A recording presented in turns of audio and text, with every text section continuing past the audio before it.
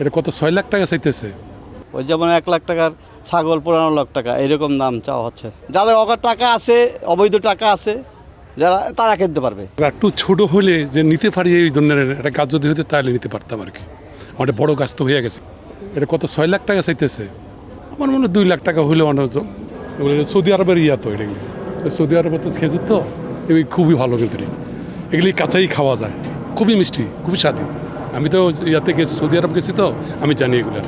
গুলশান সোসাই মসজিদে একটা দেখবেন, মানে খুবই ভালো গাছ কিন্তু ওই ঠিক হুবহু এরকম ধরছে।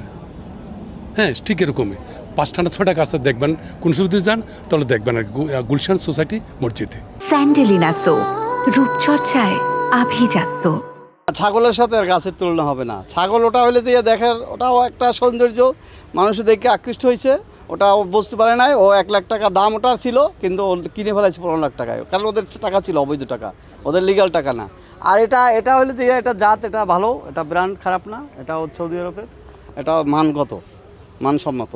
দাম তো অস্বাভাবিক দাম, কিন্তু দাম একটু কম হইলে ভালো হইতো। এটা হয়তো সর্বোচ্চ আপনার 2 লাখ টাকা হলে কাস্টমার একটা আওতা ভিতরে থাকতো, কিন্তু দাম অতিরিক্ত। ওই যেমন 1 লাখ টাকার ছাগল 15 লাখ টাকা এরকম দাম চাওয়া হচ্ছে। দেশের মাটিতে সৌদি আরবের খেজুর চলো আশ্চর্যজনক। আসলে 6 লাখ টাকা হিসাবে এগুলো তো আমাদের দেশের নজির নাই সৌদি আরবের খেজুরের।